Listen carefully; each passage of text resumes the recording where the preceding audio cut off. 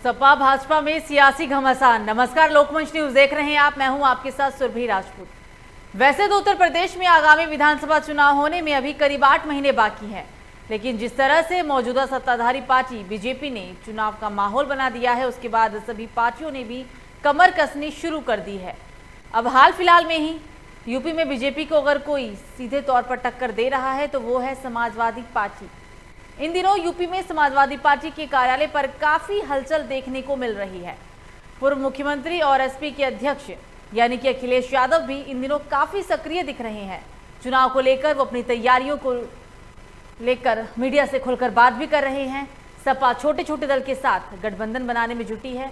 खबरों की माने तो सपा छोटे दलों के साथ एक बड़ा दांव चलने की तैयारी में है, यानी इस फॉर्मूले के साथ अखिलेश 300 सीटें जीतने का अब दम भी भरने लगे हैं। तो वहीं आगामी चुनाव में छोटे दलों पर सभी पार्टियों की पैनी नजर है। तो यूपी के अंदर 2022 का विधानसभा चुनाव होना है। विधानसभा चुनाव होने में तकरीबन 7-8 महीने अभी बाकी है, लेकिन 7-8 महीने पहले से ही बीजेपी ने रणनीति बनानी शुरू कर दी है। बीजेपी के साथ साथ सभी तमाम पार्टियां, विपक्षी पार्टियां, जिसमें सपा और बीजेपी का सीधा टक्कर भी इस बार के विधानसभा चुनाव में देखने को मिल सकता है, क्योंकि इस बार बीजेपी और सपा दोनों आमने सामने हैं। बीजेपी कहती है कि वो सत्ता में बनी रहेगी, लेकिन सपा का कहना है कि 300 से ज्यादा सीटें लाकर प्रचंड बहुमत के साथ यूपी के अंदर वो पार्टी बनाएगी। अखिलेश यादव लगातार बीजेपी पर निशाना साध रहे हैं और यूपी में विधानसभा चुनाव के बाद यूपी के अंदर पार्टी के अंदर यूपी के अंदर अपनी चुनाव को लेकर जिस तरीके से वो दावे कर रहे हैं कि यूपी के अंदर सपा पार्टी अपनी सपा विपक्षी दल पार्टी अपनी कुछ ना कुछ अच्छा खेल देखने को मिल सकता है। और इसी पर ज़्यादा जानकारी के लिए हम सीधे बातचीत करने के लिए चलते हैं। वकील अहमद, नेता सपा, हमारे साथ जुड़ रहे हैं। अनुपम सिंह भंडारी, नेता BJP, Asif Beg, bureau chief. आप तीनों का ही बहुत बहुत स्वागत है लोकमंच न्यूज में। सर, यूपी के अंदर 2022 का विधानसभा चुनाव होना है, सभी पार्टियों की तैयारी, लेकिन सीधी टक्कर ऐसा लगता है अनुपम जी कि इस बार बीजेपी और सपा में ही है। क्या लगता है आपको? सर्वप्रथम लोकमंच के समस्त दर्शकों को मेरा सादर प्रणाम। जी सर, आपको भी प्रणाम। जहाँ तक आप लोगों ने बोला है कि सपा से टक्कर है और ये सब बातें जो है मीडिया की फैलाई हुई है कि क्या टक्कर है। देखिए क्या है कि इस समय भारतीय जनता पार्टी, हम लोगों ने अभी जो चुनाव आगामी होने हैं 2022 में, उसके लिए हम लोग तैयारी कर रहे हैं, बैठक कर रहे हैं हम लोग, और एक अच्छी रणनीति के साथ में काम कर रहे हैं। जो जनता के साथ में हम लोगों ने विगत वर्षों में जो कार्य किए हैं, विकास के जो कार्य हुए हैं, उसको आगे ले जाने का कार्य कर रहे हैं। जो जनता के सामने विकास हुए हैं, वो विकास के कार्य को लोगों तक पहुँचाने का कार्य किया जा रहा है। साथ साथ देखिए, जहाँ तक की बात है, जिस तरीके से ये महामारी आई थी, उससे किस तरीके से हम लोग ने प्रथम वेव और सेकेंड वेव में इसका हम लोगों ने डट के सामना किया। और जहाँ तक बात है 2022 चुनाव के लिए, जहाँ तक आप लोगों को मालूम है, इस समय लगभग जहाँ तक जिला पंचायत के चुनाव हुए थे, उसमें सबके सामने, आपके सामने 21 निर्विरोध सीटें जो है वो भारतीय जनता पार्टी के पक्ष में आई है। और ये अपने आप में एक अभी से एक हुंकार है, एक हम लोगों ने बता दिया है कि इस समय जो है आने वाले विधानसभा चुनाव में लगभग 300 सीटों के साथ हम लोग आएंगे। और ये सिर्फ केवल देखिए कहने की बातें नहीं है। आज पुराने समय में अगर आप 2017 की बात करें, अगर आप 2017 के जब इलेक्शन भी हुए थे, तब भी हमने ये बात आप लोगों को बताई थी कि जो है हम लोग 300 प्लस सीटें के साथ में आएंगे। और आपके सामने रिजल्ट आपके सामने था, 325 सीट हमको जनता ने दी थी। और इस समय 2022 के चुनाव में भी हम लोग 300 प्लस सीटों का जो हम लोग अभी आकलन कर रहे हैं कि हम लोग लेके आएंगे। और जिस तरीके से जो कार्य हुआ विकास का, जिस तरीके से गंगा मुक्त हम लोगों ने सूबे को किया है, जिस तरीके से कार्य किया गया है, वो सबके सामने है। बहुत चीजें हैं बताने के लिए। आज की तारीख में उत्तर प्रदेश में 45,000 करोड़ का जो निवेश हुआ है, आप लोगों को सबको मालूम है। इस समय जितने भी यूके, कनाडा और अमेरिका से जो है चीजें लोगों ने बढ़ के अपना निवेश का प्रस्ताव दिया था, इससे भी अमल हो रहा है। आज इतनी बड़ी फिल्म सिटी है नोएडा में और बन रही है लखनऊ में, और इसके अलावा अयोध्या में इसका काम चल रहा है। तो ये सब चीजें हैं आज जो इस समय आपको पता है, जैसे आगरा में, अयोध्या में, काशी में, चित्रकूट में, मथुरा में, कुशीनगर में, तमाम शहरों में लोग आज की तारीख में जो सरकार है वो पर्यटन स्थल पे काम कर रही है। तो ऐसे कई मुद्दे हैं जिसपे सरकार ने अच्छा काम किया है। सबसे उत्तर प्रदेश में सबसे अधिक वैक्सीनेशन का जो रिकॉर्ड दिया है, इसके अलावा जो हम लोगों ने जिस तरीके से लोगों को आज लगभग हम लोगों ने अगर बात करें 15 करोड़ लोगों को राशन देने का कार्य किया था। इस समय जिसमें भी 31,742 MSEME यूनिट जो है लगाई गई है, जिससे लगभग 5 लोगों को जो है प्रशिक्षण दिया गया है। एक मिशन रोजगार जो है मुख्यमंत्री जी के अगुवाई में चल रहा है, जिससे 20 लाख लोगों को रोजगारी मिल रहा है। देखिए स्वावलंबी यूपी है, आत्मनिर्भर उत्तर प्रदेश का सपना जो योगी जी ने जो देखा था उसको साकार होता हुआ आ रहा है। तो इस तरीके से तो मैं आपको ये बोलना चाहूंगा कि हमारी टक्कर किसी व्यक्ति से नहीं है, किसी पार्टी से नहीं है, हमारी टक्कर हमारे स्वयं है। हम अगर 325 सीट लेके अगर आए थे भारतीय जनता पार्टी 2017 में, तो हम चाहते हैं इस रिकॉर्ड को आगे भी हम लोग ब्रेक करें। तो मैं यही बात आप बोलूंगा कि विकास के जो मुद्दे सरकार ने किए हैं और विकास के मुद्दे को लेके हम लोग जनता के साथ में वोट के लिए जाएंगे। मैं यही बोलना चाहूंगा आपको। लेकिन अनुपम जी, आपने अभी बोला जिला पंचायत चुनाव को लेकर बात रखा। जिला पंचायत चुनाव में 17 जिलों के अंदर निर्दलीय चुने गए हैं, लेकिन विधानसभा चुनाव तो सर बिल्कुल अलग है, दोनों में बहुत फर्क है। हालांकि एक तस्वीर तो जरूर है मिलती जुलती, लेकिन फर्क है। देखिए क्या है कि इस समय विधानसभा चुनाव और जिला पंचायत चुनाव में देखिए क्या होता है, जनता बहुत जागरूक है। इस समय 75 जिलों में हम लोगों ने 65+ का टारगेट रखा हुआ है। अभी जो है आने वाले समय में लगभग 53 सीटें जो है 3 जुलाई के आसपास 53 सीटों का भी चुनाव होना है। तो अभी हम लोग 65 सीटें मांग चल रहे हैं कि भारतीय जनता पार्टी पक्ष में आएगी। देखिए सब है, आने वाले समय में क्षेत्र पंचायत है हमारा। हम लोग विधानसभा में भी जो बात हम कह रहे हैं कि जो हमने 2017 में बोले थे कि 300+ सीटें आएंगी, 325 आई।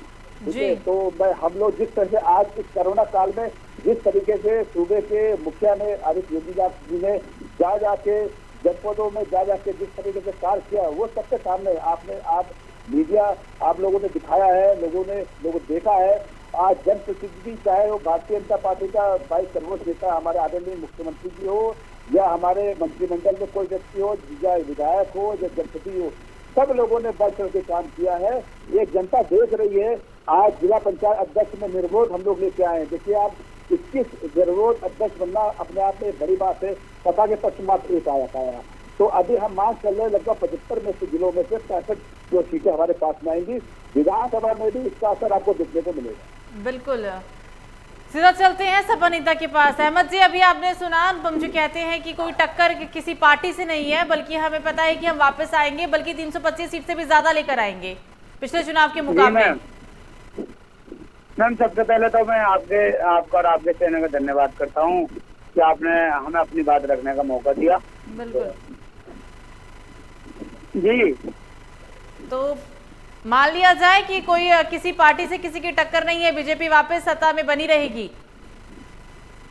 मैम समाजवादी पार्टी ने जो काम किए हैं वो सब जनता जानती है कि जो वादे समाजवादी पार्टी के राष्ट्रीय अध्यक्ष ने किए थे वो लगभग सारे पूरे किए थे। और बीजेपी जो सरकार है सिर्फ जुमले वाली पार्टी है, ये कभी सच बात नहीं कहते, न ही सच काम करते हैं, क्योंकि इनका तो काम सिर्फ झूठ बोलना है और पब्लिक को बहकाना है। मैम आप जानती हो, अभी देखा है कल परसों की बात है, जिला पंचायत के चुनाव चल रहे हैं, तो ऐसा लग रहा है मैम जैसे नेता नहीं फिर शासन चुनाव लड़ रहा है। जबरदस्ती जिला पंचायत को अगवा कराए गए हैं। तो ये सिर्फ दादागिरी इनकी चल रही है, सरकार नहीं चल रही है। मैं इनसे कहना चाहता हूँ कि जब समाजवादी पार्टी सरकार थी कभी कोई ऐसी शिकायत नहीं आई किसी प्रशासन ने किसी सांसद की या किसी जिला पंचायत या किसी प्रधान या किसी बीडीसी को धमकाया हो। सबने बिल्कुल एक तरफा अपने तरीके से काम किए थे। और समाजवादी पार्टी तो सबको साथ लेकर चलने वाली पार्टी है। गरीब, मजदूर, नौजवान, छात्र छात्राओं को सबका सम्मान करते हुए काम करती है। जो हमारी समाजवादी पार्टी जो सरकार है जिसके मुख्य राष्ट्रीय अध्यक्ष अखिलेश यादव है, उन्होंने वो काम किए हैं जैसे कि एम्बुलेंस चलाई तो उसमें गरीब का ऐसा काम हुआ कि जिसका गरीब का पैसा नहीं है और उनने फोन करा 100 नंबर 108 नंबर पर, तो 2, 5, 10 मिनट में उसके घर पर गाड़ी पहुंची। हम लोगों ने जितने भी वादे किए हमारी सरकार ने लगभग सब पूरे करे हैं। तो मैं आपसे कहना चाहता हूँ ये वादे कब पूरे हुए थे? जब समाजवादी पार्टी की सरकार थी तब वादे पूरे किए थे या फिर बीजेपी सरकार में वादे पूरे किए गए? कब हुआ था ये वादे पूरे? जब समाजवादी पार्टी सरकार थी जब वादे पूरे किए थे, लेकिन समाज तो जनता ने नकारा क्यों सर? जनता ने क्यों नकारा? नहीं, मैं नकारा कहीं नहीं है। देखिए क्या है, पब्लिक जो है हमारी भोली वाली पब्लिक है, इन्होंने झूठे जुमले दे देकर उन्हें बहका दिया गया। जैसे इन्होंने कहा कि हम 15 लाख रुपए देंगे, तो 15 गरीब मजदूर आदमी ने सोचा कि 15 लाख रुपए आएंगे तो हम अपनी बेटी की मकान बनाएंगे, बेटी की शादी करेंगे। तो उस तरह से जो इन्होंने बहकाने का काम किया, इन्होंने कहा कि हम 2 करोड़ साल की नौकरी देंगे। युवा ने सोचा कि हम बेरोजगार हैं, हम रोजगार मिल जाएगा। तो ये बहका कर ये सत्ता में आए हैं मैम। ये बिल्कुल भी सच तो बोलते नहीं है, सिर्फ इनके पास झूठ के अलावा और तो यही ने बाद में कहते थे वो तो हमने जुमले बोला था। तो सिर्फ पब्लिक को धोखा देने का काम करते हैं बीजेपी, और काम किसी का नहीं करती।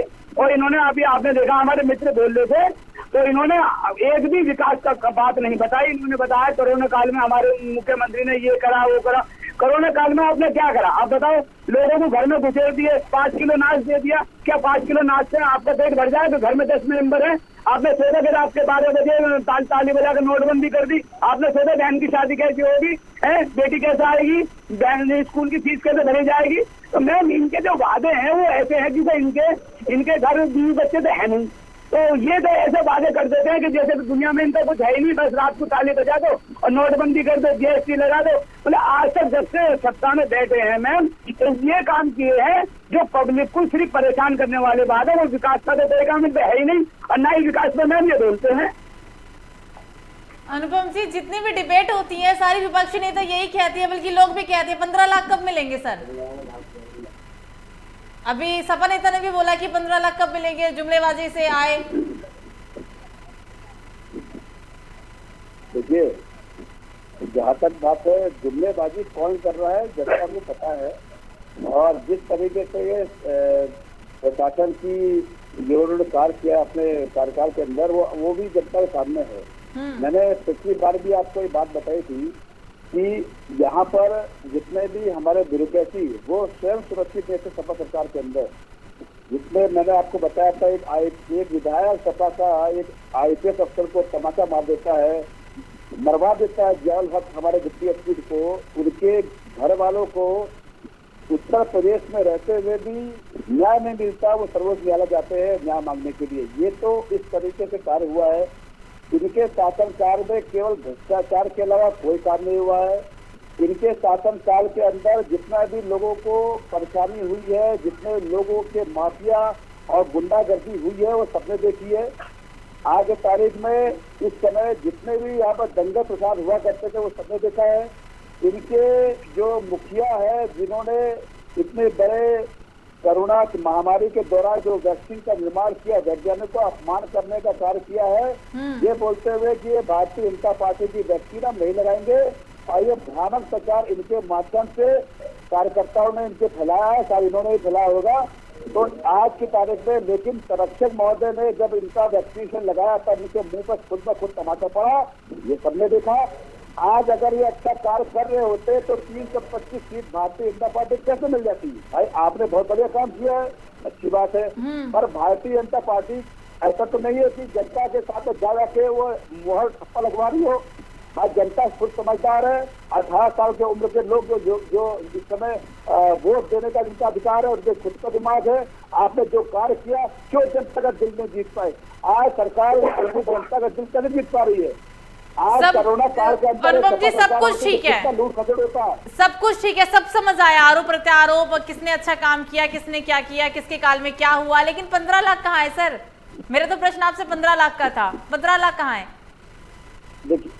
देखिए क्या है कि जहाँ तक ये 15 लाख रुपए की अमाउंट की बात है, इन्होंने ये बात बताने की कोशिश की थी आदरणीय प्रधानमंत्री नरेंद्र मोदी जी ने कि इतना पैसा जो गया हुआ आज की तारीख में नीरव मोदी है, चौकसी है, मालिया है, इनके संपत्ति कितने अरबों करोड़ों रुपए की संपत्ति यहाँ पर दी गई है, उनका नीलाम किया गया है और जनता का पैसा वापस किया गया है। इनका कहने का मतलब ये था कि इतना पैसा जो वहां लेके गए हैं ये लोग अपनी सरकारों के अंदर, जो 17 साल राज किया, इन्होंने मिली सरकार चलाई थी, जो ये कांग्रेस के साथ में जुड़े हुए थे, मिलजुली सरकार चलाई थी, तो वो पैसा जो गया था, अगर वो पैसा वहां पर आ जाता तो हर जनता के पास में 15 लाख रुपए आ जाता, ये बात बोली गई थी। मेरा कहने का मतलब केवल इतना है कि आज की तारीख को वो पैसा लाने का कार्य किया जा रहा है। इसी तरीके से योजनाएं चल रही है। आज पूरे जो उत्तर प्रदेश के साथ साथ पूरे भारत वर्ष में फ्री वैक्सीनेशन ड्राइव चलाया जा रहा है। ठीक है, टीका जीत का एक मुहिम चलाई जा रही है कि हर व्यक्ति को टीका मिले। आज की तारीख में 80 करोड़ लोगों को जो है इस समय राशन देने का, फ्री राशन देने का कार्य किया गया है। प्रधानमंत्री ने इतनी योजना चलाई है, इनके अगर इनको पता होगा तो बहुत अच्छी बात नहीं है तो आप बताए कुछ योजना हम बता दें इनको। जैसे प्रधानमंत्री स्वामित्व योजना 2020 में 28 अप्रैल को चलाई गई थी। आरोग्य सेतु ये जो था वो ऐप चलाया गया, आप लोगों को मालूम है 17 अप्रैल को। प्रधानमंत्री गरीब कल्याण योजना चलाई गई थी 17 अप्रैल 2020 को, आपको मालूम होगा। इसके अलावा प्रधानमंत्री का किसान मानधन योजना चलाई गई थी 1 जून 2019 को। किसान सम्मान निधि योजना चलाई गई थी 1 फरवरी 2019 को। मेरा कहने का मतलब इतने योजना है शायद इनको जो प्रवक्ता बैठेगा पता भी ना होगा। हजारों योजना चल रही है भारत सरकार में, योजना कहाँ से आ रही है? आज इस समय फ्री 80 करोड़ को राशन मिल रहा है, वो कहाँ से मिल रहा है? ये तो हम लोग धन्यवाद आज विश्व गुरु की तरफ जो है भारत को देखा जा रहा है। पहले एक समय था भारत को किस नजरिए से देखा जाता था। आज प्रधानमंत्री नरेंद्र मोदी जी के कार्यकाल में इतना इज्जत बढ़ा है। आगे सारे विदेशों में हमारे भाई बहन में हम लोग कई बात भी करते हैं, लोग कहते हैं कि हम लोग वहां से है जहाँ हमारा प्रधानमंत्री हमारे नरेंद्र मोदी जी है।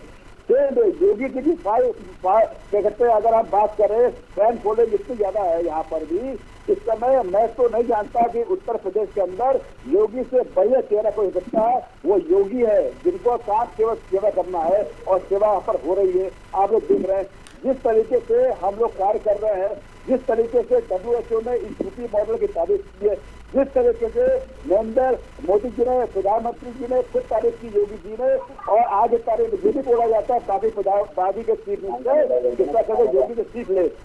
आज की अपराधियों के अंदर 0 टॉलरेंस रखी गई है। अगर कोई दंगा फसाद करता है उसको दंगा फसाद करने का जो सरकारी का जो अगर नुकसान पहुंचा तो उसका भरपाई उनसे खुद दी जाती है। ये सब चीजें जो जनता को स्वयं अच्छी लग रही है। इसी के तहत आगे तारीख में जब हम लोग जिला पंचायत के चुनाव में हम आगे आ रहे हैं, इनको अपने आप आया दिख रहा है। अभी तक बोलते आए थे अरे ये तो कोई जिला पंचायत में क्या करके कर नहीं पाए बीजेपी, आज तारीख में उनको स्वयं दिख रहा है। इनको दिख रहा है कि विधानसभा के अंदर ये योगी सरकार 325 सीटें पिछले बार 2017 में थी, इसमें कई 350 में लिया है। इनको चिंता सता रही है। पहले ये मिलजुल के चुनाव लड़ने के प्रयास करते थे, उसमें सफल नहीं हुए। आज हम बोलते अलग अलग होंगे। मेरा क्या करना है, आज तारीख में उत्तर प्रदेश में रिकॉर्ड टीकाकरण हुआ, आपको पता होगा 2 करोड़ का टीकाकरण हुआ है।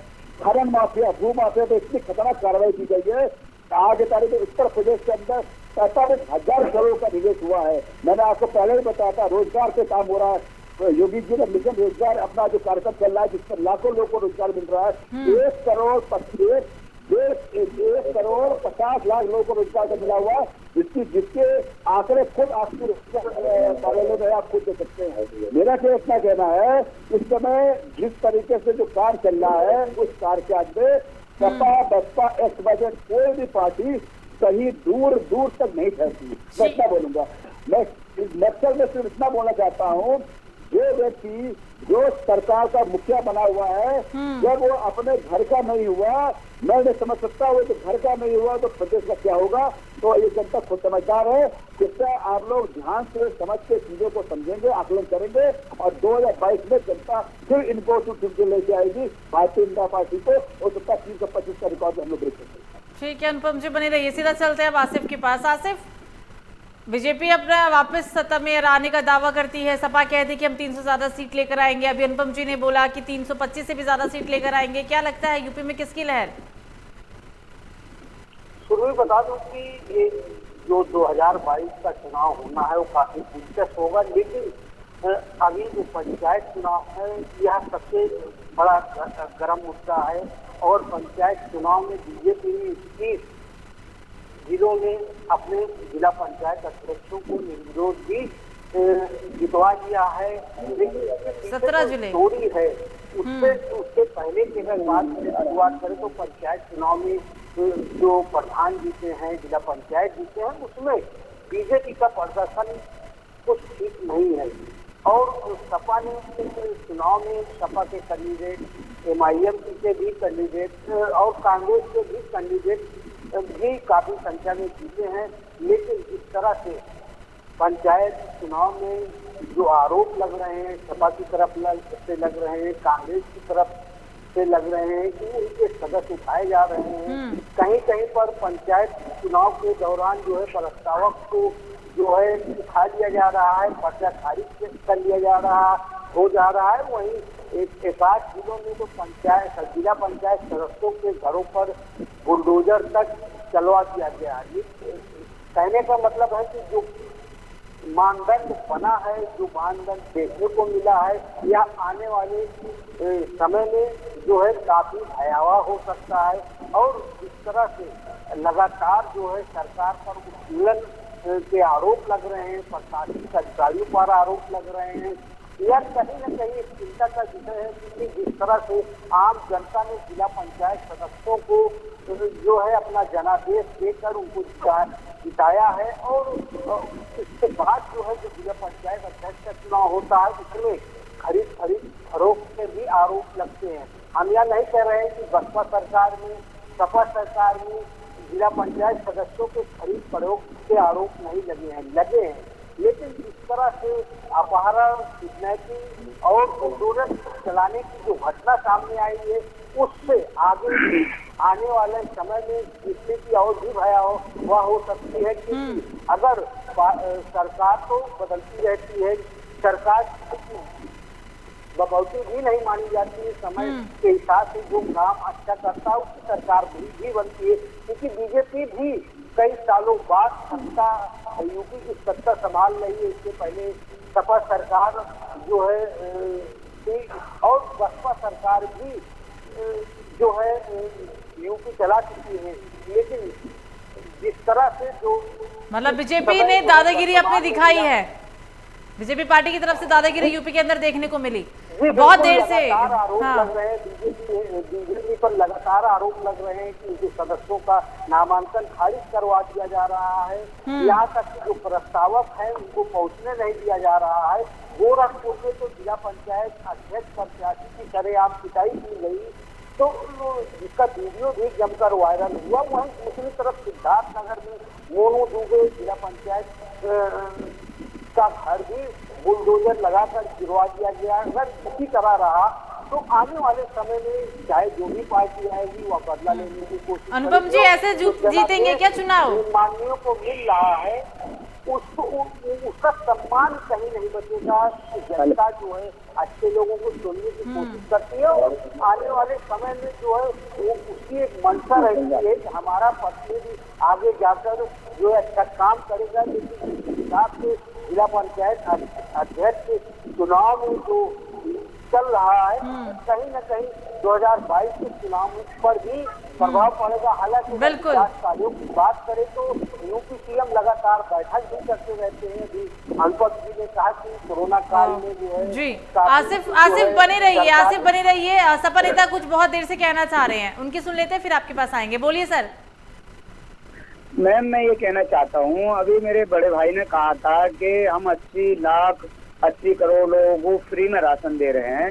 मैम, इनसे ये पूछिए कि इन्होंने कोरोना काल में बिजली के रेट कहाँ पहुँचा दिए, कोरोना काल में पेट्रोल के रेट कहाँ पहुँचा दिए, कोरोना काल में इन्होंने डीजल के रेट कहाँ पहुँचा दिए। ये जो कहते हैं कि हम फ्री में राशन दे रहे हैं, पैसे कहाँ से आएगा, जरा इनसे पूछिए। सर पूछा तो 15 लाख कहाँ है, बताया ही नहीं इन्होंने। 15 लाख पूछ तो रहे हैं सर।